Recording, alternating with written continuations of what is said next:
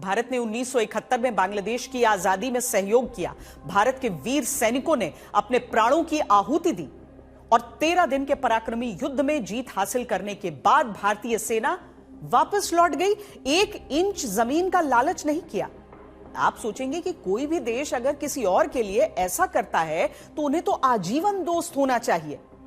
फिर ऐसा क्या हुआ कि बांग्लादेश में आज एक बड़ा तबका भारत के विरुद्ध है? दरअसल बात आज की नहीं है। बांग्लादेश की स्थापना से अब तक के 54 वर्षों में पाकिस्तान पोषित षड्यंत्रकारियों के कारण भारत के लिए खतरे का अलार्म कई बार बजा।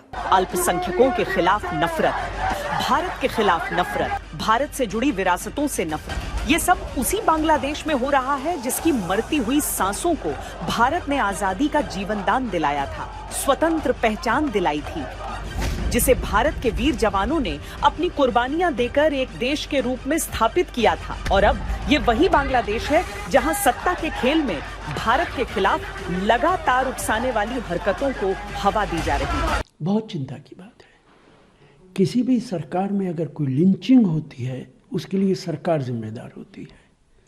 बांग्लादेश के अंदर जो कुछ हो रहा है हमारे हिंदू भाइयों के साथ, वो जुल्म है, उसको रोकना चाहिए। वहां की सरकार जिम्मेदार है। क्या ये सारा मंजर अवामी लीग की शेख हसीना की सरकार गिरने के बाद अचानक से बदल गया? क्या मोहम्मद यूनुस ने पहली बार भारत विरोध की चिंगारियों को हवा देकर 54 साल के भारत बांग्लादेश संबंधों में आग लगा दी? क्या पहली बार बांग्लादेश के कुछ अतिवादी भारत के खिलाफ खुलकर माहौल बना रहे हैं? इतिहास सदियों में बदला करते हैं, लेकिन बांग्लादेश में पाकिस्तानी साजिशों की शुरुआत आजादी मिलने के कुछ ही वर्षों में शुरू हो चुकी थी। अलार्म नंबर 1, आजादी के साथ पाकिस्तानी दखल शुरू। ये तस्वीरें 1974 की हैं, यानी बांग्लादेश की आजादी के सिर्फ 3 साल बाद की। तत्कालीन बांग्लादेशी राष्ट्रपति मुजीब उर रहमान ने इस्लामाबाद के साथ संबंध गाढ़े करने की नींव रखी।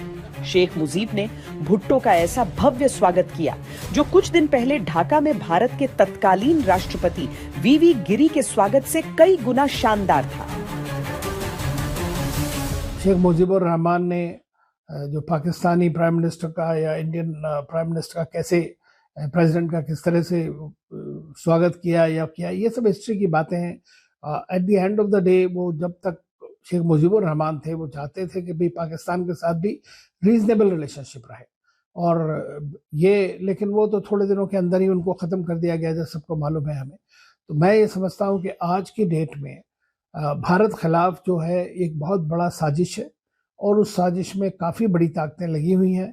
चाहे वो देखिए, आप देखिए तो टर्की भी उसमें इन्वॉल्व है, पाकिस्तान बहुत ज़्यादा इन्वॉल्व है, अमेरिका भी उसको हवा दे रहा है, और चीन तो उसमें खुश हो गई। तो इस तरह की ये सारी भारत विरोधी ताकतें जो हैं वो हम देख रहे हैं कि वहाँ पर काफ़ी सक्रिय हैं। अलार्म नंबर 2, भारत के विरोध में लॉन्ग मार्च। 1975 में भारत ने गंगा नदी पर फरक्का बांध का निर्माण शुरू किया। इसको लेकर बांग्लादेश में भारत के खिलाफ काफी विरोध प्रदर्शन हुए। 1976 में भारत के खिलाफ ऐतिहासिक मार्च निकाला गया, जिसे अब तक हर साल बांग्लादेश में फरक्का लॉन्ग मार्च दिवस के रूप में मनाया जाता है। ये भारत के खिलाफ पहला सबसे बड़ा प्रदर्शन था। बंगबंधु शेख मुजीब, बांग्लादेश के संस्थापक राष्ट्रपति शेख मुजीब, लेकिन देश बनने के 4 साल के भीतर 1975 में शेख मुजीब और उनके परिवार के लोगों की हत्या कर दी गई, जिसके बाद बांग्लादेश में कई सैन्य सरकारें आई। 1976 से 81 तक जियाउर रहमान, 82 से 90 तक हुसैन मोहम्मद इरशाद ने शासन किया। इनके शासन में बांग्लादेश पाकिस्तान और कई और मुस्लिम देशों के ज्यादा करीब हुआ। लेकिन भारत के लिए तब भी चिंता की बात यह थी कि भारत विरोध में कट्टरपंथी बांग्लादेश में लगातार मजबूत हो रहे थे और धीरे धीरे वो राजनीतिक पहचान भी हासिल कर रहे थे। अलार्म नंबर 3, भारत विरोधियों को राजनीतिक ताकत। जियाउर रहमान ने बांग्लादेश नेशनलिस्ट पार्टी बनाई और कट्टर भारत विरोधी जमाते इस्लामी को राजनीति में शामिल करवाया। बीएनपी की करीबी पाकिस्तान से अधिक रही, जिसके कारण बांग्लादेश में पाकिस्तान का प्रभाव भी बढ़ता गया। अलार्म नंबर 4, भारत से सैन्य झड़प। 1996 में शेख हसीना ने अवामी लीग को वापस बांग्लादेश की सरकार में स्थापित किया, लेकिन अब तक पाकिस्तान की शह पर कट्टरपंथी काफी मजबूत हो चुके थे। जमात-ए-इस्लामी लगातार अल्पसंख्यों और भारत के खिलाफ मुखर हो रहा था। साल 2001 में बांग्लादेश के साथ हिंसक झड़प में सीमा सुरक्षा बल के 16 जवान शहीद हो गए। अलार्म नंबर 5, नफरत का खुला इजहार।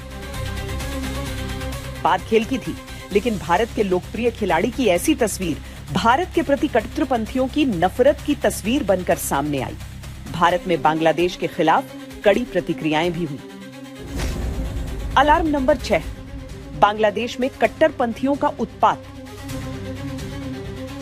2021 में प्रधानमंत्री मोदी बांग्लादेश के दौरे पर गए थे। उनके दौरे को लेकर कट्टरपंथियों ने जमकर बवाल काटा और बांग्लादेश में जगह जगह भारत के प्रधानमंत्री के विरोध में प्रदर्शन किए गए। पीएम मोदी के लौट जाने के ठीक कुछ घंटों के अंदर कई मंदिरों और हिंदुओं के घरों में आग तक लगा दी गई। इसमें 10 लोगों की मौत हो गई।